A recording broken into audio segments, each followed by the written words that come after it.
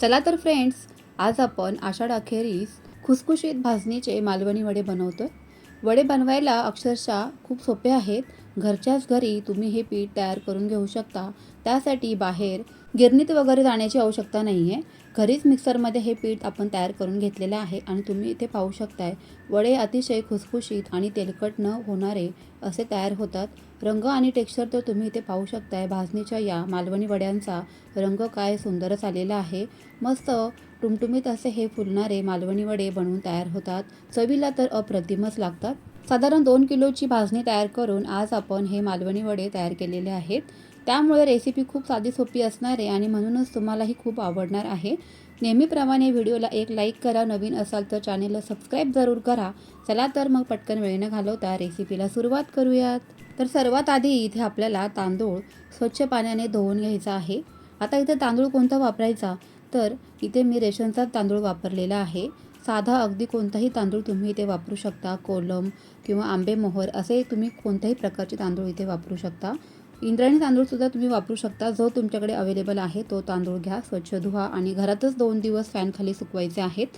आणि त्यातीलच आपल्याला 4 वाटी इथे मी प्रमाण तुम्हाला सांगणार आहे परफेक्ट। 4 वाटी तांदूळ आपल्याला कढईमध्ये भाजून घ्यायचे आहेत। तांदूळ भाजून घेत असताना त्यामध्ये लगेचच मॉइश्चर येऊ शकतं, कारण आपण ते घरी धुतलेले आहेत। त्यामुळेच काय करायचं की सुरुवातीला गॅस मोठा करायचा आहे आणि मोठ्या गॅसवरती आपल्याला हे तांदूळ पटकन असे गरम करून घ्यायचे आहेत। आणि सगळ्या बाजूने तांदूळ एकसारखे गरम झाले ना की नंतर आपल्याला गॅस कमी करून घ्यायचा आहे आणि कमी गॅसवरती पुन्हा 5 ते 7 मिनिट आपल्याला तांदूळ अगदी खरपूस असे भाजून घ्यायचे आहेत। खूप जास्त करपवायचे नाही आहेत किंवा जास्त गडद रंगावर भाजायचे नाहीत। हलक्या तांबूस रंगावरती आल्यानंतर हे तांदूळ आपल्याला लगेचच अशा मोठ्या ताटामध्ये काढून घ्यायचे आहेत थंड होण्याकरिता। आता काय होतं ना की सध्या बाहेर पाऊस चालू आहे आणि त्याचमुळे घरामध्ये सुद्धा वातावरणामध्ये बऱ्यापैकी ओलावा असतो, मॉइश्चर असतं। तर हे तांदूळ काही पटकन सुकत नाहीत। तर काय करायचं की याला घाम येऊ नये किंवा मॉइश्चर जमा होऊ नये यासाठी असं उलटण्याने काय करायचं की तांदूळ असे हलकेसे फिरवून घ्यायचे आहेत, म्हणजे त्यातील जी काही वाफ आहे ती निघली जाईल आणि मग तांदळामध्ये मॉइश्चर देखील येणार नाही। शक्य असेल तर हॉलमध्ये फॅनखाली नेऊन ठेवा तरी पण चालेल। आता इथे आपण त्याच सारख्याच वाटीने मोजून अर्धी वाटी इथे मी ज्वारी घेतलेली आहे आणि त्यानंतर अर्धी वाटी आपल्याला गहू घ्यायचे आहेत। तुम्ही एखाद्या कॉटनच्या नॅपकिने हे धान्य पुसून घेतले तरी पण चालेल।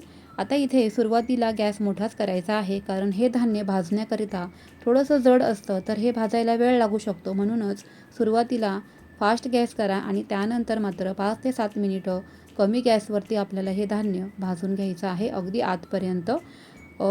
ज्वारी जी आहे ना तर त्याला हलक्याशा लाह्या फुटतात। तुम्हाला माहिती असेल तर तुम्ही कधी ज्वारी भाजली असेल तर त्या लाह्या फुटेपर्यंत आपल्याला ही ज्वारी मस्त अशी खरपूस भाजून घ्यायची आहे, मोठ्या गॅसवर भाजायची नाही।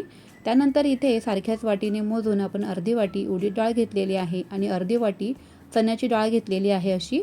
आता ह्या डाळीसुद्धा आपल्याला सुरुवातीला गॅस मोठा करून नंतर कमी गॅसवरती व्यवस्थित खरपूस अशा भाजून घ्यायच्या आहेत, तरच या मिक्सरमध्ये बारीक दळल्या जातील।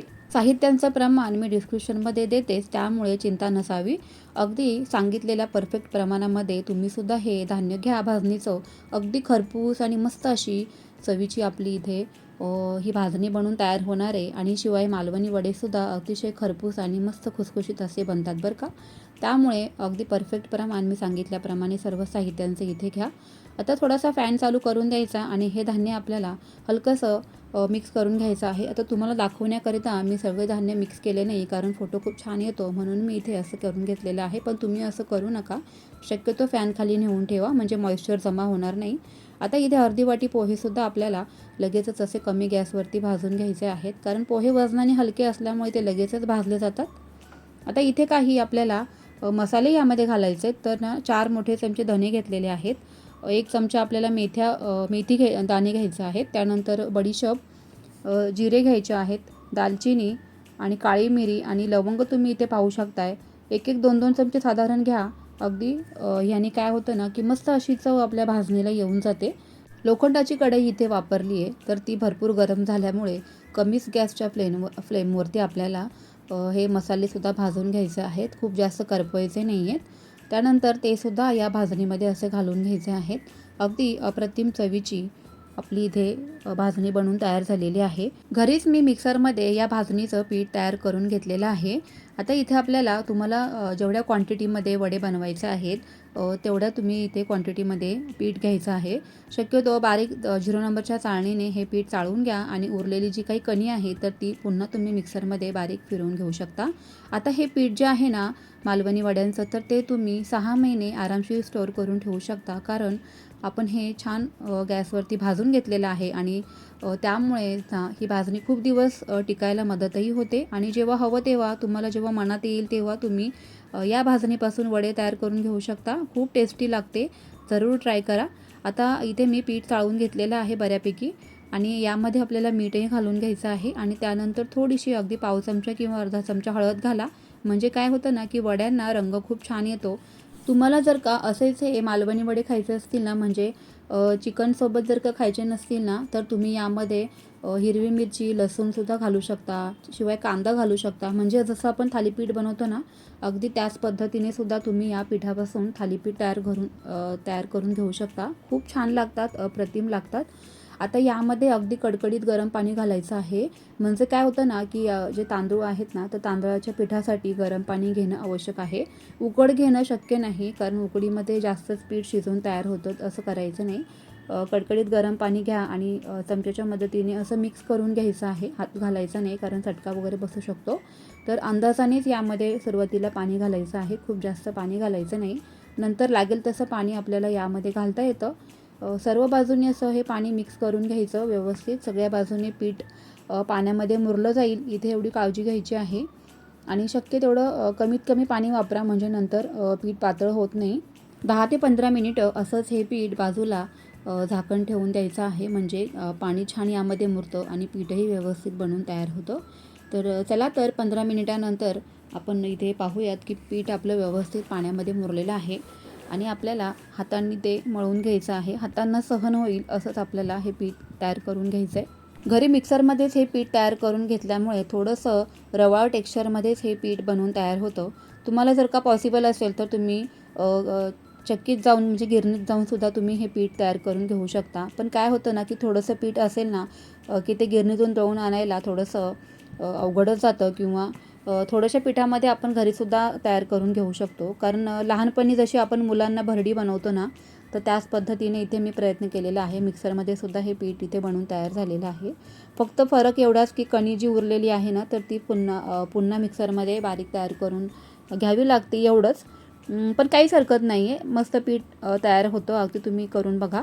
आता इथे लागेल तसं पुन्हा पाणी घ्यायचं आहे आणि अगदी मऊ आपल्याला मी दाखवते त्या पद्धतीने पीठ भिजवून घ्यायचं आहे मस्तच. वडे थापून घेण्यासाठी इथे मी बटर पेपरचा वापर करणार आहे आणि पिठातलं काही पोर्शन घ्यायचं आहे. तुमच्याकडे जर का असा बटर पेपर नसेल तर तुम्ही एखाद्या स्वच्छ धुतलेल्या पातळ नॅपकिनचा किंवा रुमालाचाही वापर करून घेऊ शकता. अशा पद्धतीने थोडंसं हातावर पीठ वळवून घ्यायचं. पाण्याचा हात घ्यायचा आहे, म्हणजे वडे थापायला खूप छान पटकन मदत होते आणि मस्त पातळसर असे वडे आपले थापून तयार होतात. खूप जास्त पातळही नका करू, म्हणजे ते कडक होतील. थोडेसे अगदी जाडसर ठेवले तरी काहीच हरकत नाही आहे. बोटांच्या मदतीने हलक्या हलक्या हाताने आपल्याला कडेकडेने असा दाब घेऊन घ्यायचा आहे आणि मस्त असे हे वडे थापून घ्यायचे आहेत. खूप सोपे आहेत, अगदी पटकन झटपट बनवून तयार होतात. 4-5 वडे एकाच वेळेला बनवून ठेवा आणि नंतर मग तळून घ्या, असं केलं तरी चालेल. फक्त पिठांपासून सुद्धा इन्स्टंट मालवणी वडेसुद्धा तयार करून घेऊ शकतो आपण. पण अशी भाजणी तयार केली ना की खमंग आणि खरपूस अशी चव या वड्यांना येऊन जाते. जरूर ट्राय करा, कधी बनवले नसतील तर अशा पद्धतीने. वडे थापून झाल्यानंतर लगेच तळूनसुद्धा पाहायचे आहेत. त्यासाठी मी अगोदरच तेल गरम होण्यासाठी ठेवलेलं आहे कढईमध्ये. कढईतलं तेलसुद्धा आपल्याला कडकडीत असं गरम करून घ्यायचं आहे आणि त्यानंतरच यामध्ये वडे सोडून घ्यायचे. अगोदर चेक करायचं की आपलं तेल व्यवस्थित तापलं की नाही ते. तर का तेल तापलं नसेल तर लगेच तळणीची घाई करायची नाही, नाहीतर मग वडे तेलकटसुद्धा होऊ शकतात. 4-5 वडे इथे एकाच वेळेला तळून घ्यायचे आहेत आणि गॅस इथे मोठाच करायचा आहे. कमी गॅसवर वगैरे तळायचे नाहीत, कारण आपण सुरुवातीला भाजणी तर भाजून घेतलेलीच आहे. त्यामुळे गरम पाणीही यामध्ये पीठ मळण्याकरिता घातलेलं आहे. त्यामुळे कमी गॅसवरती किंवा मध्यम गॅसवरती तळत बसण्याची काहीच आवश्यकता नाही आहे. मोठ्या गॅसवरतीच अगदी पटापट आपले इथे हे मालवणी वडे मस्त खमंग आणि खरपूस असे बनवून तयार होतात. टम्म छान फुललेले देखील आहेत, तुम्ही पाहू शकताय. हलक्या बिस्किट रंगावरती आल्यानंतर लगेचच हे वडे कढईमधून बाहेर काढायचे आहेत. आषाढ संपण्याअखेरीस तुम्हीसुद्धा असा मालवणी वड्यांचा आणि नॉनव्हेजचा बेत एकदा नक्कीच करून बघा. वडे तर अप्रतिम चवीचे बनतातच, शिवाय या पिठापासून तुम्ही थालीपीठसुद्धा तयार करून घेऊ शकता. म्हणजे भाजणीचं थालीपीठ आपण करतो ना, त्याच पद्धतीने ही भाजणीसुद्धा तयार होते. म्हणजे यापासून वडे पण तयार करून घेऊ शकतो आणि थालीपीठसुद्धा तयार करून घेऊ शकतो. एकदा पीठ बनवल्यानंतर 6 महिने काही पीठ खराब होत नाही, त्यामुळे जरूर ट्राय करा. सारख्याच पद्धतीने इथे मी आणखी काही वडे तयार करून घेते. करडईचं तेल इथे मी तळून घेण्यासाठी वापरलेलं आहे, त्यामुळे एवढा धूर निघत आहे. तर तुम्ही म्हणाल की एवढा धूर का निघतो वगैरे, पण असे बुडबुडे आल्यानंतर, फेस कमी झाल्यानंतर काय करायचं आहे, वरच्या बाजूचा आपल्याला हे वडे उलटपलट करून घ्यायचे आहेत. मस्त टुमटुमीत फुललेले आहेत, तुम्ही पाहू शकताय. आणि भाजणीमुळे रंगसुद्धा अप्रतिम आलेला आहे. कशी वाटली मग फ्रेंड्स तुम्हाला आजची ही रेसिपी? आवडली का? आवडली असेल तर नेहमीप्रमाणे व्हिडिओला एक लाईक जरूर करा, म्हणजे असेच छान छान व्हिडिओज तुम्हालाही पाहता येतील. रेसिपी आवडली असेल तर लाईक करा, शेअर करा. चला तर मग फ्रेंड्स, पुन्हा भेटूयाच अशाच एका नवीन रेसिपीसोबत. तोपर्यंत बाय बाय.